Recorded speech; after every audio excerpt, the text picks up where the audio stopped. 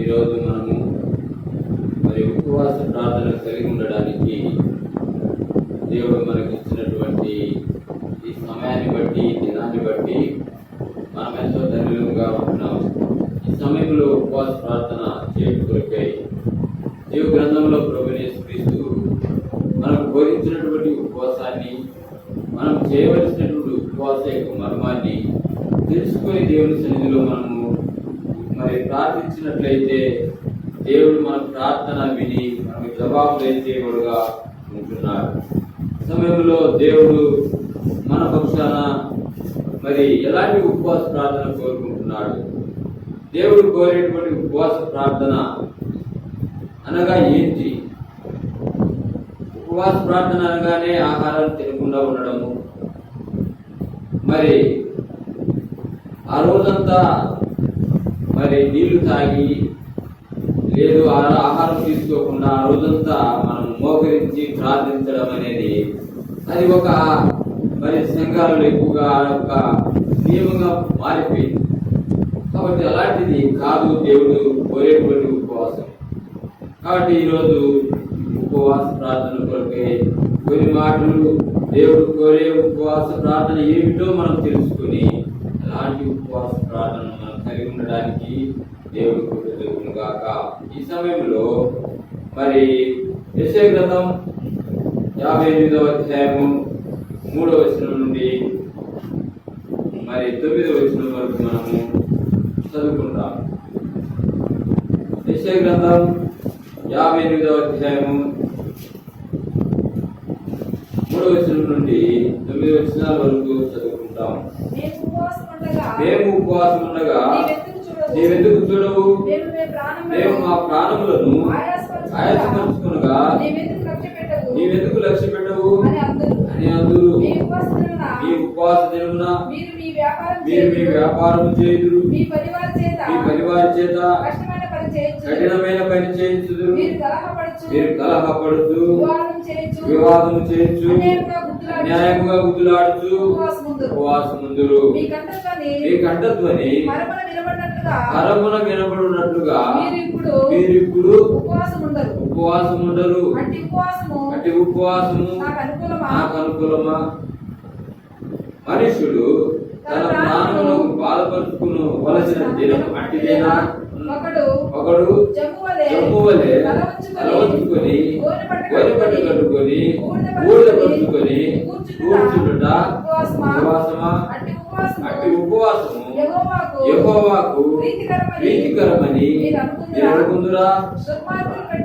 దుర్మార్గులు కట్టిన కట్లను విప్పుటయు, కాడిమాను మోపులు తీయుటయు, బాధింపబడిన వారిని విడిపించుటయు, ప్రతి కాడిని విరగొట్టుటయు నేను ఏర్పరచుకొనిన ఉపవాసము కదా.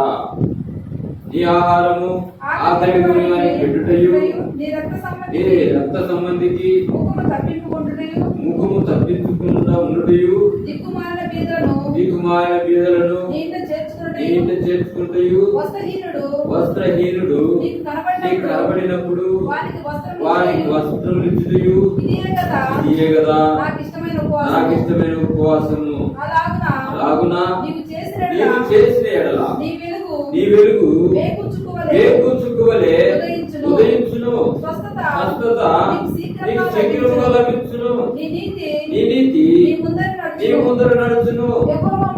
యెహోవా మహిమ నీ సైన్యపు వెనుకటి భాగమును ఆవలికాయును. అప్పుడు నీవు పిలువగా యెహోవా ఉత్తరమిచ్చును, నువ్వు మొరపెట్టగా ఆయన నేనున్నానను. చాలు.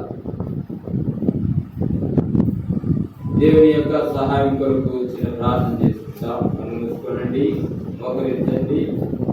దేవుని సన్నిధిలో ప్రార్థన పూర్వకంగా దేవుని వాక్యం వినుటకు దేవుని సహాయం చేయనట్లు ప్రార్థన చేసుకుంటాం.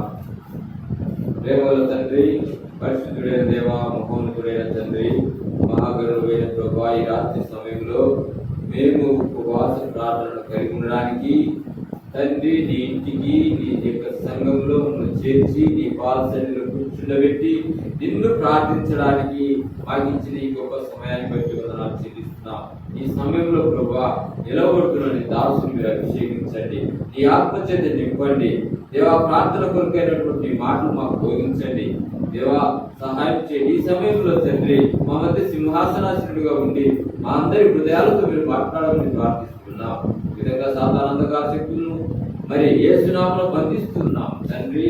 మీరే మాతో మీ సన్నిధి మాతో ఉంచండి. లూకా 12 మా వద్ద నెరవేర్చండి దేవా. సహాయం చేయమని ఆదియోత్తము మీరేయండి. మీ నామను భయంకరంగా ఈ ప్రార్థన మరి ఈ యొక్క ప్రార్థన కూడికను మీరు మరి విజయవంతంగా నీ నామాన్ని భయంకరంగా జరిగించమని యేసు నామమును ప్రార్థించి గురించి అడిగి వేడుకుంటున్నాం మా తండ్రి. ఆమేన్. ప్రియమైనటువంటి దేవుని బిడ్డలారా, దేవుడు కోరే ఉపవాసమును మనము గమనించవలసిందిగా దేవుడు మనతో మాట్లాడుతూ ఉన్నాడు. ఉపవాసము అనగా దేవునికి దగ్గరగా ఉండి మరి ప్రార్థించుట, దేవునికి నీకు ఉన్నటువంటి ఆ యొక్క సంబంధం, తండ్రి కొడుకులకు ఉన్నటువంటి సంబంధమై మరి స్నేహితుడికి ఉన్నటువంటి సంబంధముగా నీకు దేవునికి అలాంటి అవినాభావ సంబంధం నీకు ఉన్నట్లయితే అప్పుడు నీ యొక్క ప్రార్థన దేవుడి సన్నిధికి చేరుతుంది. కాబట్టి ఇక్కడ దేవుడు కోరే నిజమైనటువంటి ఉపవాసం ఏమిటి అంటే ఆ దుర్మార్గులు కట్టిన కట్లను విప్పుటయు, ఆడి మానమోకులు తీయుటయు, వారింపబడిన వారిని వినిపించుటయు, ప్రతి కాడిని విరగొట్టుటయు నేను ఏర్పరచుకున్న ఉపవాసము కదా. లోకంలో మనం ఎన్నోసార్లు దేవుని వాక్యం వింటున్నాం, దేవుని యొక్క గ్రంథంలో ఉన్నటువంటి హెచ్చరికలు వింటున్నాం, రక్షణ సువార్తను వింటున్నాం. మరి అనేకులు దేవునికి ఇంటికి నడిపించడంలో అనేకులు ఈ దినాలు మనం చూసినట్లయితే మరి సాతాను యొక్క బంధకాల చేత, మరి సైతాను యొక్క ఉచ్చులో మరి ప్రతి మనిషి పాపం అనేటువంటి వలలో చిక్కుకొని, బంధకాలలో చిక్కుకొని ఆ యొక్క సాతాను కాడి కింద వాళ్ళు జోగుతూ ఉన్నారు, నరకానికి సిద్ధపడుతూ ఉన్నారు. ఈ యొక్క బంధకాల నుండి నువ్వు విడిపించబడాలా? ఈ బంధకాల నుండి ప్రతి మానవుడు విడిపించబడాలంటే క్రైస్తవులు అని పేరు పెట్టుకున్న వారు కాదు, కానీ దేవుని కొరకు కష్టపడాలనుకున్నటువంటి ప్రతి క్రైస్తవుడు తన వంతు దేవుని యొక్క రాజ్య సువార్తను, దేవుని యొక్క రాజ్య రక్షణ సువార్తను నువ్వు నీ రూపుల వారికి, నీ స్నేహితులకు, నీ బంధువులకు ప్రకటించి వారికి ఉన్నటువంటి ఆ పాప సంబంధమైనటువంటి ఆ యొక్క నరక శిక్ష, వారికి ఉన్నటువంటి ఆ నరక శిక్ష యాతన వారికి తెలియజేసి నువ్వు ఈ స్థితిలో ఉన్నావు, నువ్వు ఈ బంధకాలు ఉంటున్నావు, ఈ బంధకాల నుంచి విడిపించడానికే ప్రభువు యేసుక్రీస్తు ఈ లోకానికి వచ్చినాడు. ఈ లోకానికి వచ్చి 33.5 సంవత్సరములు నీ కొరకు మరి ఆయన ఈ లోకంలో జీవించి 3.5 సంవత్సరములు నీ కొరకు స్వార్థ ప్రకటించి ఆ యొక్క చివరి సమయంలో, చివరి యొక్క దినాల్లో శాపగ్రస్తమైనటువంటి శిలువ మరణాన్ని ఎన్నుకున్నాడు. ఆ శిలువలో నీ కొరకు తన యొక్క యవ్వన రక్తమంతా కార్చినాడు, కొరడాలతో కొట్టబడ్డాడు, ఉమ్మి వేయబడ్డాడు, అవమానపరచబడ్డాడు, స్వరూపము సొగసు లేకుండా కోల్పోయినాడు. ఇదంతా కూడా నిన్ను ఆ యొక్క పాప బంధకముల నుండి విడిపించడం కొరకే, ఆ యొక్క మరి సైతాను యొక్క భారము నుండి, సైతాను యొక్క ఉచ్చు నుండి నిన్ను విడిపించడం కొరకే ప్రభువు యేసుక్రీస్తు తన రక్తాన్ని ఆ శిలువలో కార్చినాడు. నీ కొరకు ఆ శిలువలో ప్రాణం పెట్టినాడు. అయ్యా, ప్రాణం పెట్టి మరణాన్ని జయించి తిరిగి 3వ దినాన లేచినాడు. లేచుడు ద్వారా సర్వ మానవాళికి రక్షణ భాగ్యము దొరికింది. ఈ రక్షణ భాగ్యము నమ్మిన నీకు దేవుడు అనుగ్రహించడం సిద్ధంగా ఉన్నాడు. కాబట్టి మరి రోమీయులకు రాసిన పత్రిక చూడండి, రోమీయులకు రాసిన పత్రిక 10వ అధ్యాయము, రోమీయులకు రాసిన పత్రిక 10వ అధ్యాయము 9వ వచనం చదవండి. రోమీయులకు రాసిన పత్రిక 10వ అధ్యాయము 9వ వచనం. ఏమనగా యేసు ప్రభువుని నీ నోటితో ఒప్పుకొని దేవుడు మృతుల్లో నుండి ఆయనను లేపెనని నీ హృదయమందు విశ్వసించిన యెడల నీవు రక్షింపబడదు. రక్షణ అనేది దేవుడు నీకు ఉచితంగా ప్రసాదిస్తున్నాడు. ఏ విధంగా? యేసు ప్రభువు నీ నోటితో ఒప్పుకొని దేవుడు మృతుల్లో నుండి ఆయన లేపినని నీ హృదయమందు విశ్వసించిన యెడల నువ్వు రక్షింపబడదు. రక్షణ దేవుడు నీకు ఉచితంగా అనుగ్రహిస్తున్నాడు. ఆయన శిలువ మరణం ద్వారా, ఆయన కాచిన రక్తం ద్వారా, ఆయన నీ కొరకు చేసిన బలియాగం ద్వారా ఆయన రక్తమంతా కూడా నీ కొరకు దారిపోసినాడు.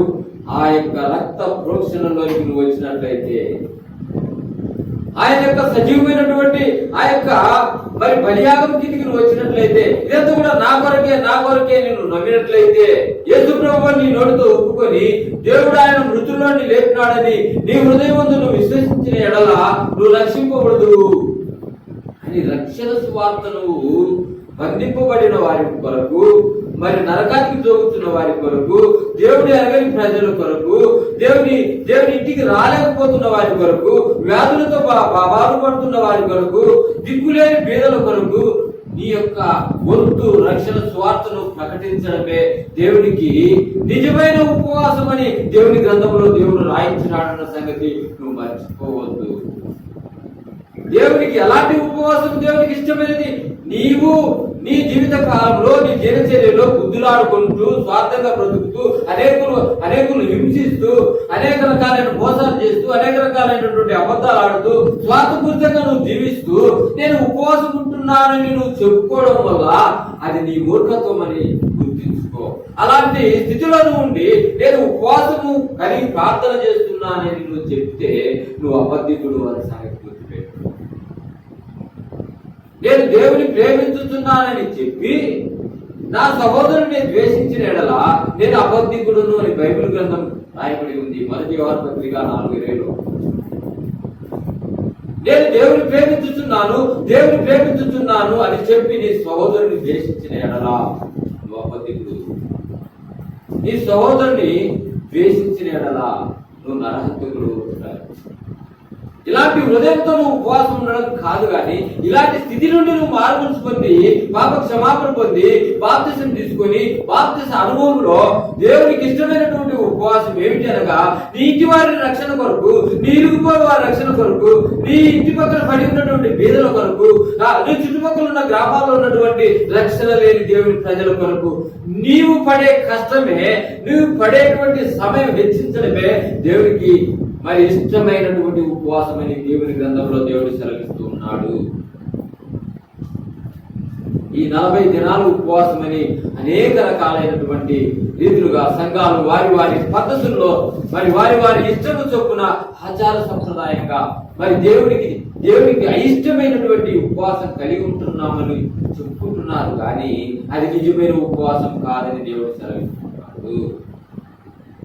ఇలాంటి స్థితిలో ఇలాంటి ఉపవాసాన్ని నువ్వు కలిగి ఉండి నువ్వు దేవుని పిలిస్తే, చూడండి 9వ వచనం, అప్పుడు నీవు పిలువగా యెహోవా నీకు ఉత్తరమిచ్చును, నీవు మొరపెట్టగా ఆయన నేను ఉన్నానను. ఎప్పుడు నీ మొరపెట్టాడు? ఎప్పుడు నువ్వు పిలిస్తే పలుకుతాడు? ఎప్పుడు నీ ఇంట్లో దేవుడు గొప్ప కార్యాలు చేస్తాడు?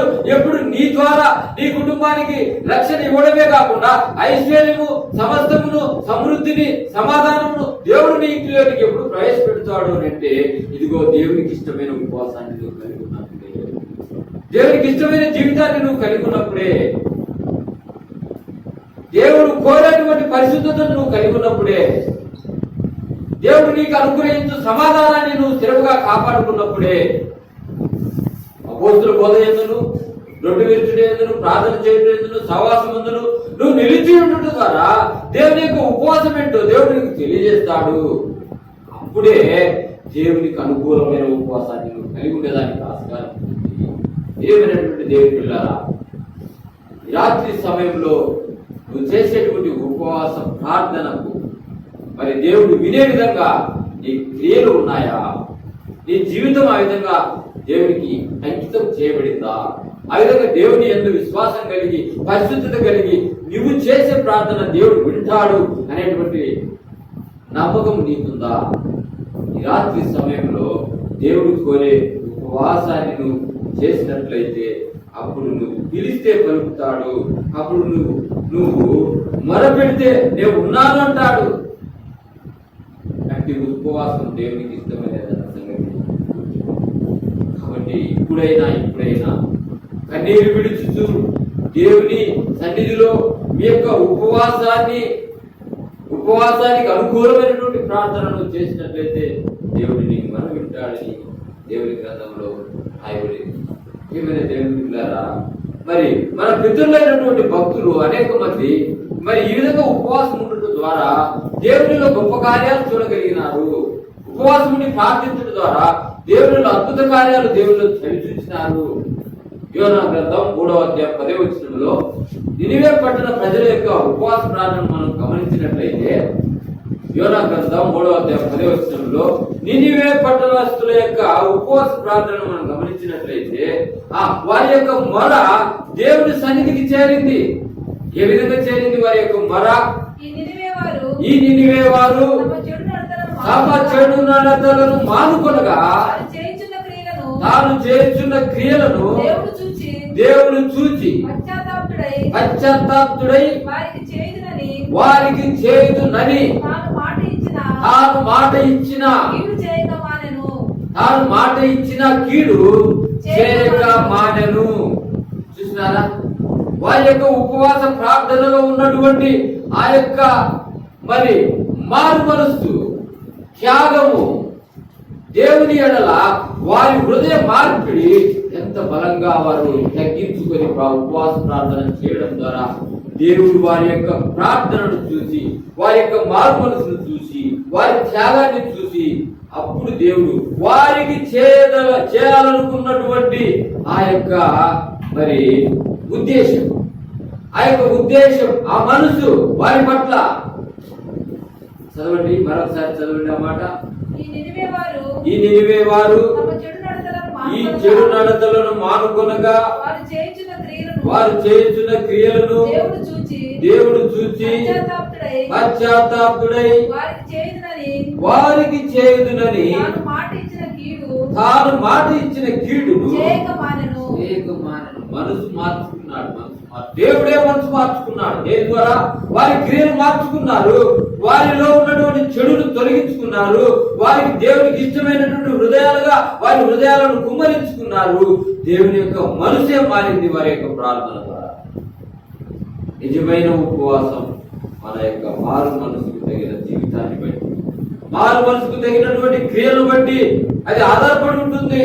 దేవుని కొరకు నువ్వు ఎంతగా కష్టపడుతున్నావు, దేవుని కొరకు ఎంతగా సమయాన్ని వెచ్చిస్తున్నావు, దేవుని కొరకు ఎంతగా దేవుని ఇంటికి అనేకులను దేవుని యొక్క రాజ్య స్వార్థను ప్రకటించి నడిపించాలనేటువంటి తపన నీలో ఉన్నంత కాలము దేవుడు నీ మాట వింటాడు. నిజమైనటువంటి ఉపవాసమునకు అర్థము ప్రియమైనటువంటి దేవుడు ఈ రాత్రి సమయంలో దేవుడు కోరుకుంటున్నాడు. నీ నుండి నాడు పశ్చాత్తాప హృదయాన్ని కలిగిన వారమై, మనలో ఉన్నటువంటి చెడును తొలగించుకున్న వారమై, మనలో ఉన్నటువంటి పాప స్వభావాన్ని పాతిపెట్టబడిన వారమై దేవునికి మన హృదయాల జీవితాలను అప్పగించుకోవడం ద్వారా, మన యొక్క సమస్తమును ఆయనకు మరి అప్పగించుకోవడం ద్వారా మన ఎడల చేయాలనుకున్న కీడును చేయక మానేను అంటారు. నినివే ప్రజలు సురక్షితంగా దేవుని యొక్క మరి కోపాన్ని, దేవుని యొక్క ఉగ్రతను దేవుడే మానుకునే విధంగా, దేవుని మనసు మారే విధంగా వారి జీవితాలను మార్చుకోవడం ద్వారా ఆ నినివే పట్టణము రక్షింపబడింది. ప్రియమైన దేవుళ్ళారా, ఇంకొక గ్రంథంలో మరి ఇంకొక మరి రాణి యొక్క ఉపవాస ప్రార్థనను చూస్తాం. ఎస్తేరు గ్రంథము, ఎస్తేరు రాణి యొక్క ఉపవాస ప్రార్థనను మనం చూస్తాం. చూడండి, ఎస్తేరు గ్రంథము 8వ అధ్యాయము 8వ వచనం. ఎస్తేరు గ్రంథము 8వ అధ్యాయము 8వ వచనం.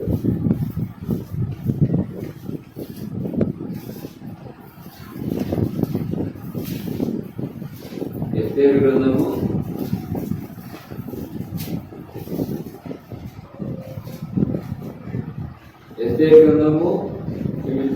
4వ అధ్యాయము 15వ వచనం నుండి 17వ వచనాల వరకు చదువుకుంటాం.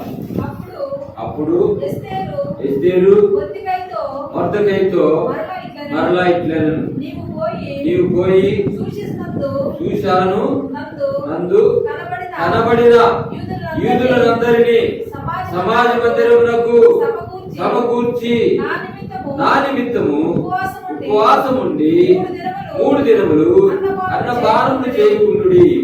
నేను నా పనికత్తెలను కూడా ఉపవాసముందుము. ప్రవేశించుట న్యాయ వ్యతిరేక్తముగా ఉన్నను నేను రాజునొద్దకు ప్రవేశించుదును. నేను నశించదను. అటువలనే మొర్దెకై బయలుదేరి ఎస్తేరు తనకు ఆజ్ఞాపించిన అంతటి ప్రకారము జరిగించెను. ఎస్తేరు రాణి తన యొక్క పనికత్తెలతో ఆ యొక్క సమాజ మందిరంలో మరి ఆమె ఉన్నటువంటి అంతఃపురంలో మరి ఆమె కూడా ఉపవాసం ఉండడానికి తీర్మానించుకున్నది.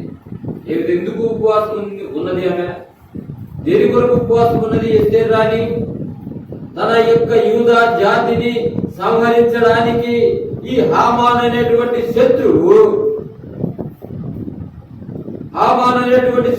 యూదా జాతిని అంతటిని సంహరించడానికి రాజుతో ఒక నిబంధన చేసుకున్నాడు.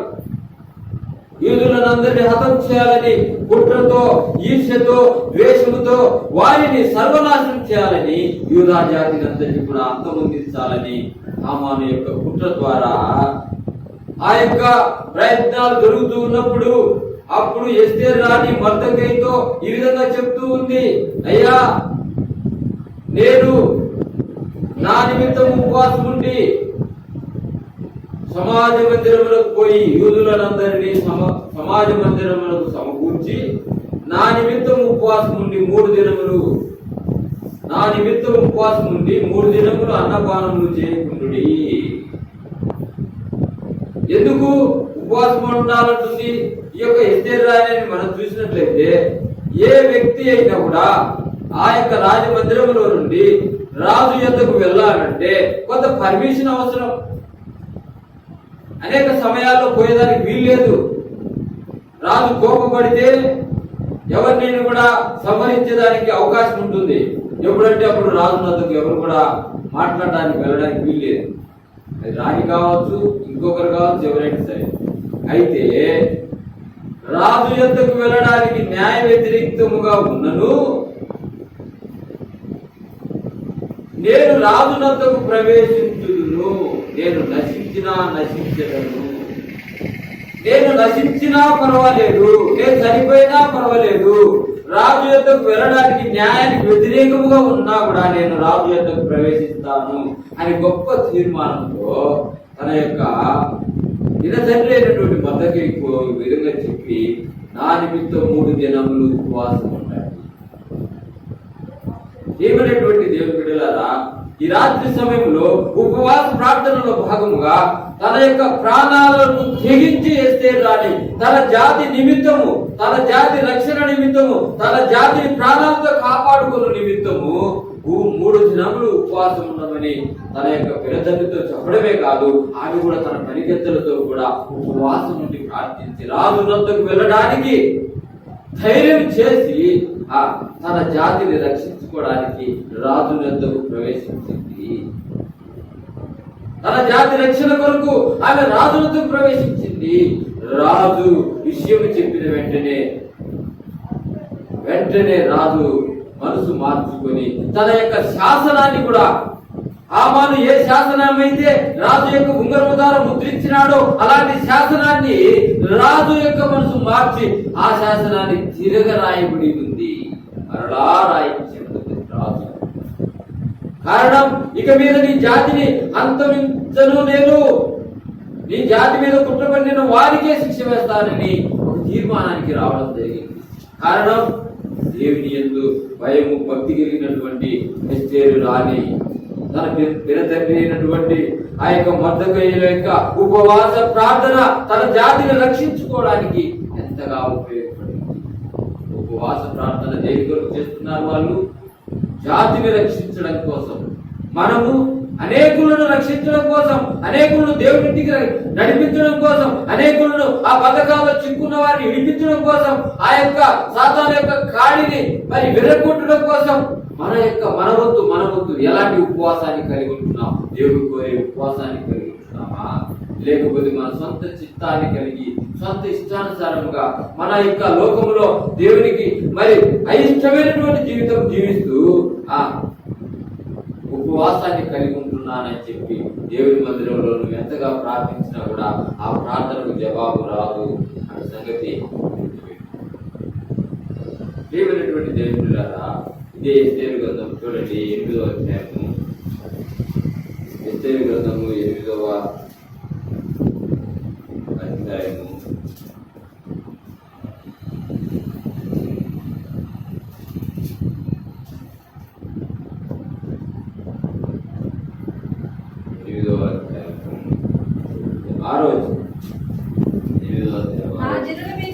నా జనుల మీదికి రాబో కీడును నా వంశం యొక్క నాశనమును చూసి నేనేలాగూ సహింపగలనని మనవి చేయగా రాజైన అహస్వరసు రాజు రాణి అయిన ఎస్తేరునకును యూదుడైన మొర్దెకైకి ఇలాగూ సెలవిచ్చెను, హామాను ఇంటిని ఎస్తేరుకు ఇచ్చి ఉన్నాను. అతడు యూదులను హతము చేయుటకు ప్రయత్నించినందున అతడు ఉరికొయ్య మీద ఉరి తీయబడెను. ఏ కుట్రైతే హామాను పడ్డాడో, ఏ ఉరికొయ్య అయితే మొర్దెకై సిద్ధం చేసుకున్నాడో, అదే ఉరికొయ్య మీద హామాను ఉరి తీసినాడు. తాను దొంగల గుంతలో తానే పడ్డాడు. ఏమైనా దేవుడి బిడ్డలారా, శత్రువు మన కాళ్ళ కింద చిరుగు దొక్కేదానికి దేవుడు మనకు శక్తిని అనుగ్రహించినాడు. ఎలాంటి సమస్యలైనా కూడా నీ తీర్మానాన్ని బట్టి, నువ్వు దేవుని కొరకు జీవించే జీవితాన్ని బట్టి, దేవుని కొరకు అనేకులను ప్రకటించే స్వార్థను బట్టి నీ తీర్మానము మరి బలంగా ఉన్నట్లయితే శత్రువు ఓడించబడి అనేకులను దేవుని ఇంటికి నడిపించడానికి దేవుడు వారి హృదయాల్లో రక్షణ కార్యాన్ని జరిగిస్తాడు. నువ్వు చేసే ధర్మ కార్యాలు, ఉపవాసము, నువ్వు చేసేటువంటి దేవుని కొరకు చేసేటువంటి మరి సువార్త, రాజ్య సువార్త, నువ్వు పడే శ్రమ అంతా కూడా దేవుడు చూస్తున్నాడు. అట్టి ఉపవాసం కలిగి ఉన్నట్లయితే, రాజు శాసనాన్ని తిరగ రాయబడినంత బలమైనటువంటి విశ్వాసం నీకున్నట్లయితే, దేవుని యొక్క మనసు మారే విధంగా నీ ఉపవాసం ఉన్నట్లయితే, ఏ క్షణంలో దేవుడిని నువ్వు పిలిచినా, ఏ క్షణంలో నువ్వు మొరపెట్టినా నీ ప్రార్థన ఆలకించి ఆ ప్రార్థనకు జవాబిచ్చుకు దేవుడు ఈ రాత్రి మనతో సుఖంగా ఉన్నాడన్న సంగతి మర్చిపో. కొత్త నిబంధనలో ఒక ప్రవక్తి ఉంది చూడండి. కొత్త నిబంధనలో ప్రవక్తి, ఆమె పేరు అన్నా.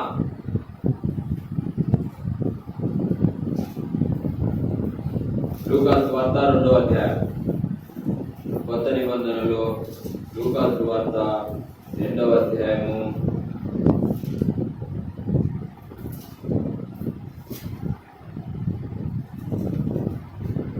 అధ్యాయము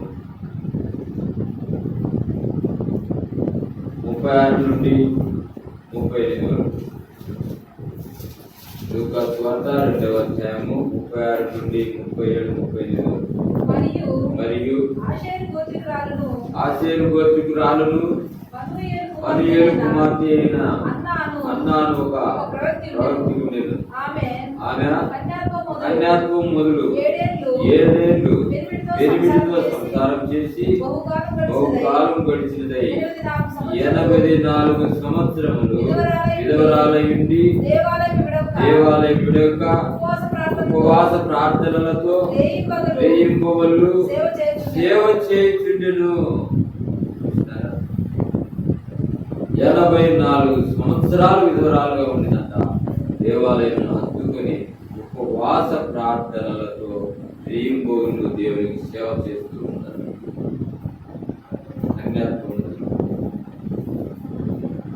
ఎంత ఓపిక, ఎంత నిరీక్షణ, ఎంత విశ్వాసం! అన్ని సంవత్సరాలు దేవునికి ఉపవాస ప్రార్థన చేసినటువంటి ఈ యొక్క ప్రవక్త అయినటువంటి హన్నా ఆ యొక్క వ్యక్తుల యొక్క సాక్ష్యాలను మనం వింటా ఉంటే మనం ఎలాంటి ఉపవాస ప్రార్థన కలిగి ఉన్నాం, ఎంత ఎంత ఎత్తులో ఉంటున్నాం మనం. ఏమైనా దేవుని మనము చేసేటువంటి ఉపవాస ప్రార్థన దేవునికి అంగీకార యోగ్యముగా లేకపోతే, దేవునికి ఇష్టమైన ఉపవాస ప్రార్థనను కలిగి ఉండకపోతే, దేవునికి తగినట్టుగా నీ జీవితాన్ని మలుచుకొని దేవుని యొక్క రాజ్య సువార్తను ప్రకటిస్తూ ఆ యొక్క పథకాలు ఉన్న వారిని, ఆ యొక్క దేవుని ఎరగని ప్రజలను, దేవుని ఎరగక నరకానికి జోగుతున్నటువంటి జనాంగాన్ని విడిపించడం కొరకై నిన్ను రక్షించి నీకు వాక్యాన్ని తెలియజేస్తూ నీ కొరకు ఆయన రక్తాన్ని కాల్చి నీ కొరకు శిలువలో ప్రాణం పెట్టి నీ కొరకు మరణాన్ని జయించి తిరిగి లేచినాడని నువ్వు నమ్మి దేవుని సంఘంలో దేవుని వాక్యం వింటున్నా నీ వంతు దేవునికి ఎలాంటి ఉపవాసం కలిగి ఉంటున్నావని దేవుడు ఈ రాత్రి మనతో మాట్లాడుతున్నాడు.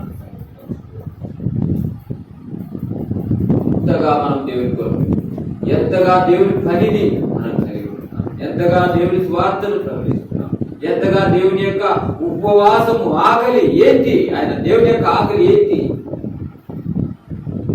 ఏమైనటువంటి దేవుని పిల్లరా చూడండి, దేవుని యొక్క ఆశ ఆకలి ఏంటి ఆయన యోహాను సువార్త 4వ అధ్యాయంలో యోహాను సువార్త 4వ అధ్యాయము 34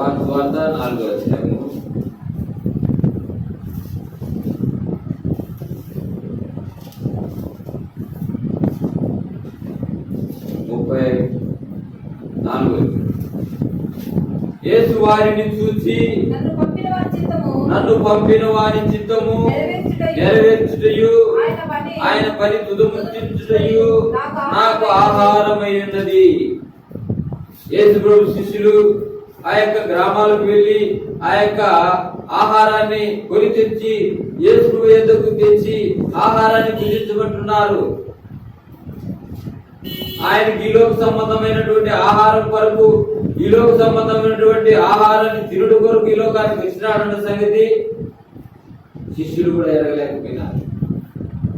ఆయన ఆ యొక్క ఆహారం ఏంటంట, నన్ను పంపిన వారి చిత్తం నెరవేర్చుటయు ఆయన పని తుదముట్టించుటయు నాకు ఆహారమై ఉన్నది. తండ్రి చిత్తాన్ని భూమి మీద నెరవేర్చుటకు నేను ఈ లోకానికి వచ్చినాను. తండ్రిని భయపరచుటకు ఈ లోకానికి వచ్చినాడు. నాకేదైతే నా తండ్రి బోధించినాడో, ఏదైతే నా తండ్రి నాకు బోధించినాడు దాన్ని నెరవేర్చుటకు ఈ లోకానికి వచ్చినాను. అదే నాకు ఆహారం. మీకు తెలియని ఆహారం నాకు తెలియని జ్ఞానం. కాబట్టి మనం నేర్చుకోవాల్సిన సత్యం ఏంటంటే దేవుని యొక్క ఆహారం తండ్రి చిత్తాన్ని భూమి మీద నెరవేర్చడమే. చూడండి, మార్కు వార్త 1:38 మార్కు వార్త 1:38 మార్కు వార్త 1:38 ఆయన ఇతర సమీప గ్రామములోను నేను ప్రకటించినట్లు వెలుదము రండి, ఇది నిమిత్తమే కదా నేను బయలుదేరి వచ్చునని వారితో చెప్పాను. ప్రభువైన యేసుక్రీస్తు తండ్రి యొక్క చిత్తాన్ని, తండ్రి యొక్క పనిని ఆయన తన దేవుడు ఏదైతే యేసు ప్రభువుకు అప్పగించినాడో ఆ పనినంతా కూడా సంపూర్ణముగా నెరవేర్చి తండ్రిని మహిమపరిచినట్టుగా యోహాను సువార్త 17వ అధ్యాయం 4వ వచనంలో రాయబడింది. యేసు ప్రభు యొక్క పని భూమి మీద తండ్రి ఏదైతే నిర్ణయించినాడో అది మాత్రమే ఈ లోకంలో సంపూర్ణం చేసి తండ్రిని మహిమపరిచినట్టుగా మనము ఆ లేఖనంలో మనం చూడగలం. శ్రీమైనటువంటి దేవులారా, ఈ విధంగా మనం ప్రార్థన చేస్తే, ఈ విధంగా ఆయన క్రియల రూపముగా, ఆజ్ఞల రూపముగా దేవుని అనుసరించి ఆయన హత్తుకొని ఆయనకి ఇష్టమైనటువంటి పనిని మనం కలిగి ఉండటయే, ఆయన రాజ్య సువార్త ప్రకటించుటయే, అనేకులు దేవుని ఇంటికి నడిపించుటయే, అనేకులు సంఘంగా సమకూర్చుటయే, దేవుని ఎరగని ప్రజలకు దేవుని సువార్త ప్రకటించుటయే, ఆ యొక్క నరకం నుండి, ఆ యొక్క బంధకాల నుండి, ఆ యొక్క మరి ఉచ్చు నుండి విడిపించుటకు నువ్వు ఒక సాధనమై ఉన్నావా? ఇతరుల కొరకు నువ్వు భారం కలిగి నువ్వు ప్రార్థిస్తున్నావా? ఇతరుల రక్షణ కొరకు నువ్వు చేతులు ఎత్తుతున్నావా? ఇతరులు నరకానికి జరుగుతున్నారే, నేను మాత్రమే పరలోకానికి పోతానని భ్రమతో నువ్వు బ్రతుకుతున్నావా? నీ వంతు దేవుడు నీకు లేఖనముల ప్రకారం ఏవైతే నీకు బోధించినాడో దాని ప్రకారం నువ్వు ఉపవాసాన్ని, నిజమైన ఉపవాసాన్ని దేవుడికి నువ్వు అర్పిస్తున్నావా? అలాగూ అర్పించినట్లయితే నీ లోకంలో నువ్వు నిజమైన ఉపవాసం చేస్తున్నావని నిన్ను నువ్వే నమ్మగలవు. దేవుడు నమ్మదగినవాడు. అట్టి వారికి దేవుడు సమీపంగా ఉన్నాడు. నువ్వు నిజముగా మొరపెట్టినట్లయితే ఆ నిజముగా తనకు మొరపెట్టు వారికి అందరికీ యెహోవా సమీపంగా ఉన్నాడు. ప్రేమైనటువంటి దేవుని పిల్లారా, ఈ రాత్రి సమయంలో నిజమైన ఉపవాసాన్ని మనం కలిగి ఉండాలని దేవుడు కొన్ని మాటలు చూసుకొని ప్రార్థనలోకి ప్రవేశిస్తాం. చూడండి ఏ విధంగా మనము ప్రార్థన చేయాలి, యోహాను సువార్త ఏ విధంగా మనం ప్రార్థన చేయాలి అనేది కొన్ని మాటలు చూసుకొని ప్రార్థనలోకి ప్రవేశిస్తాం. యోహాను సువార్త 15వ అధ్యాయం 16వ వచనం. యోహాను సువార్త 15వ అధ్యాయం 16వ వచనం. మీరు నన్ను ఏర్పరచుకొనలేదు, మీరు నా పేరిట తండ్రిని ఏమడుగుదురో అది ఆయన మీరు అనుగ్రహించినట్లు మీరు వెళ్ళి ఫలించుటకును మీ ఫలము నిలిచుటకును నేను మిమ్మును ఏర్పరచుకొని నియమించితిని. కాబట్టి మీరు నన్ను ఏర్పరచుకొనలేదు, మీరు నా పేరు తండ్రిని ఏమడుగుదురో అది ఆయన మీకు అనుగ్రహించినట్లు. తండ్రిని మనం ఏమడుగుతాము? తండ్రిని అడిగేటువంటి విధానం, నా పేరిట తండ్రిని మీరు ఏమడుగుతారో అది మీకు అనుగ్రహించబడు. ఇదే యోహాను సువార్త 14వ అధ్యాయం 14వ వచనం. యోహాను సువార్త 14వ అధ్యాయం 14వ వచనం. నా నామమున మీరు నన్నేమడిగినను నేను చేతును. మీరు నన్ను ప్రేమించిన యెడల నా ఆజ్ఞలు గైకొనుదురు. కాబట్టి ఆయన నామములో మనం అడగాలి, దేవుని యొక్క నామములో అడగాలి తండ్రిని. ఆయన తండ్రిని అడుగుట ద్వారా మనం మన యొక్క జీవితం, మన యొక్క విశ్వాసం, మన యొక్క పరివర్తన, మన యొక్క మరి నిజమైన ఉపవాసానికి అర్థము మనం కలిగి జీవిస్తుంటే అట్టి ఉపవాసం ద్వారా యేసు నామములో మనం ఏమడిగినా అది ఆయన వలన దొరుకునని నువ్వు నమ్మాలి. చూడండి మార్కు వార్త 11వ అధ్యాయం 24వ వచనం. మార్కు వార్త 11వ అధ్యాయం 24వ వచనం. మార్కు వార్త 11వ అధ్యాయం 24వ వచనం.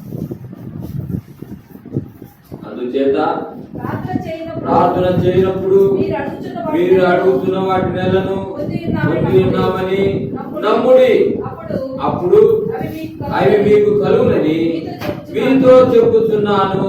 కానీ నమ్మాల. ప్రార్థన చేసినప్పుడు కూడా ఇవి దేవుడు మాకు అనుగ్రహించినాడు, ఇవి దేవుడు నాకు అనుగ్రహించినాడు, ఇవి చేయగలడు అని నువ్వు నమ్మాలా. కాబట్టి హెబ్రీయులకు రాసిన పత్రిక 11వ అధ్యాయం 6వ వచనంలో రాయబడింది. ఏమని రాయబడింది? విశ్వాసం లేకుండా దేవునికి ఇష్టమైనట అసాధ్యం.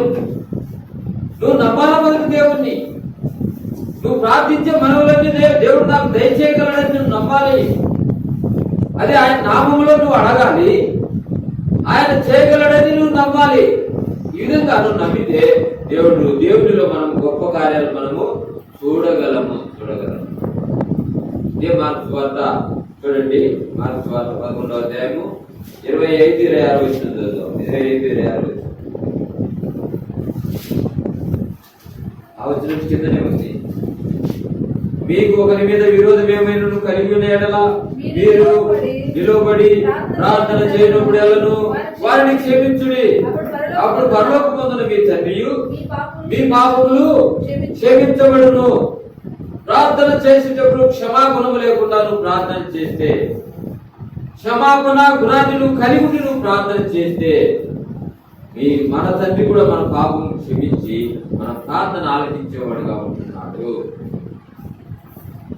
నీ సహోదరుని మీద ద్వేషవేదన ఉన్న యెడల, నీ ఇరుగు వారి మీద ద్వేషవేదన ఉన్న యెడల, నీ యొక్క మరి శత్రువుల మీద ద్వేషమున్న యెడల నువ్వు వారిని క్షమించే గుణం నీకు లేకపోతే నీ ప్రార్థన పైకి చేరదన్న సంగతి గుర్తుపెట్టుకో. క్షమాగుణం నీకు ఉండాలా. ఈ యొక్క ఉపవాస ప్రార్థనలో క్షమాగుణాన్ని నువ్వు కలిగి ఉన్నప్పుడే ఈ ప్రార్థన దేవుని సన్నిధికి చేరుతుంది. లూకాసు వార్త 18వ రాయబడింది. లూకాసు వార్త 18వ అక్కడ అత్యాయకుడైనటువంటి న్యాయాధిపతి ఒకడు ఉన్నాడు. అతని ఎందుకు ఒక విధవరాలు మాటి మాటికి వెళుతూ ఉంది, తనకు న్యాయం తీర్చమని, నాకును నా 10 వారికి నీ న్యాయం తీర్చును అని.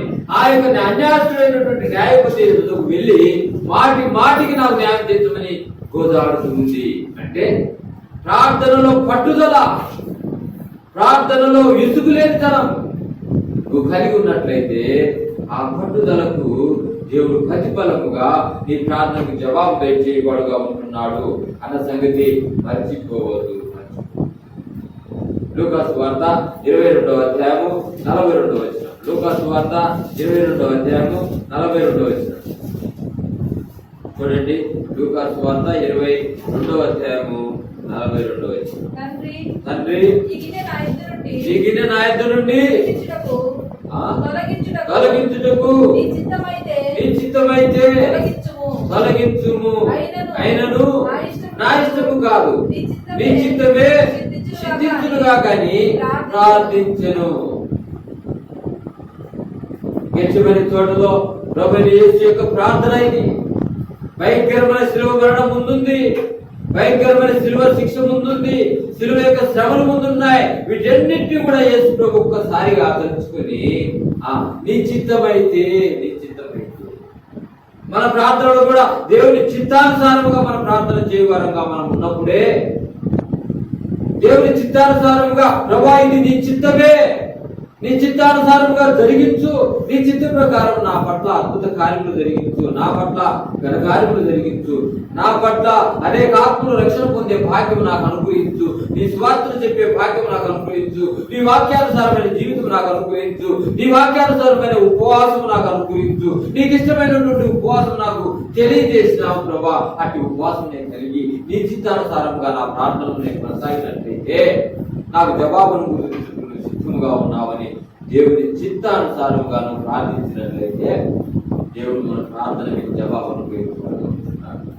కాబట్టి మొట్టమొదటిగా ఆయన నామములో నువ్వు ప్రార్థన చేయాలి.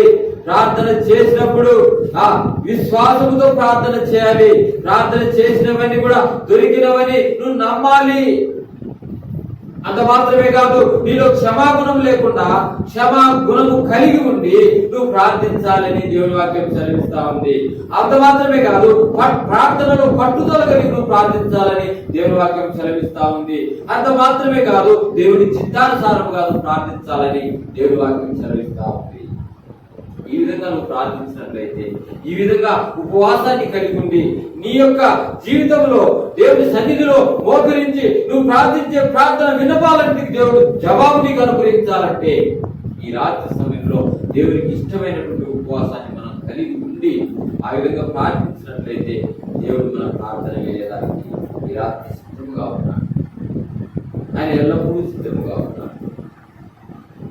కాబట్టి ప్రియమైనటువంటి దేవుడు ఎలా ఉపవాస ప్రార్థనలో భాగంగా దేవుడు కోరే ఉపవాసాన్ని మనం కలిగి ఉండి ఆయన నామములో మనం ప్రార్థించి ఆయన నామములో ప్రార్థించిన మనవులన్నీ దేవుడు చేయగలడైతే అంత మాత్రమే కాదు, నీ సహోదరుని మీద నీకు ద్వేషం ఉంటే, నీ ఇరుగు వారి మీద ద్వేషం ఉంటే, కొట్లాటలు బుద్ధులాటలు నువ్వు కలిగి ఉంటే, నీలో మరి స్వార్థ బుద్ధి నీలో అధికంగా ఉంటే, అలాంటి లక్షణాలన్నీ తొలగించుకొని దేవుడి యొక్క క్షమాగుణంలోనికి, శత్రువును ప్రేమించే గుణంలోనికి, నీ సహోదరుని క్షమించే గుణంలోనికి, వారి యొక్క పాపమును క్షమించే గుణంలోనికి వచ్చినట్లయితే మన ప్రార్థన దేవుడు వింటాడు. అంత మాత్రమే కాదు, పట్టుదలతో ప్రార్థన చేయాలంట. అంత మాత్రమే కాదు, దేవుని చిత్తానుసారంగా ప్రార్థన చేయాలి అని ఈ రాత్రి సమయంలో దేవుడు నీతో నాతో మాట్లాడుతున్నా ఈ లేఖనమును అనుసరించి నువ్వు ప్రార్థనలో దేవుని సన్నిధిలో నిన్ను తగ్గించుకొని నీ హృదయాన్ని పడవేసుకొని నీ హృదయాన్ని చింపుకొని దేవుని సన్నిధిలో ఉపవాస ప్రార్థనను కలిగి అట్టి ప్రార్థనను చేసినట్లయితే దేవుడు మన ప్రార్థన మీద మనకు జవాబు అనుగ్రహించి మన కుటుంబాలను ఆశ్రయించడమే కాదు, సంఘాన్ని ఆశ్రయిస్తాడు. అనేకులు దేవుని ఇంటికి నడిపిస్తాడు. అనేకులు దేవుని ఇంటిలో తన యొక్క రాజ్య స్వార్థను వినిపిస్తాడు. అనేకులు దేవుని రాజ్యానికి సిద్ధపడినట్టుగా ఆయన ఇంటిలో పాప క్షమాపణ, ఆయన ఇంటిలో మరి రక్షణ, ఆయన ఇంటిలో బాప్తిస్మం యొక్క అనుభవము, ఆయన యొక్క సంఘంలో పెరిగే ధన్యత మరి దేవుని ఎరగని ప్రజలు నేర్చుకొని ఆయన రాజ్యానికి సిద్ధపడుతుంది కాక ఈ భాగ్యం మన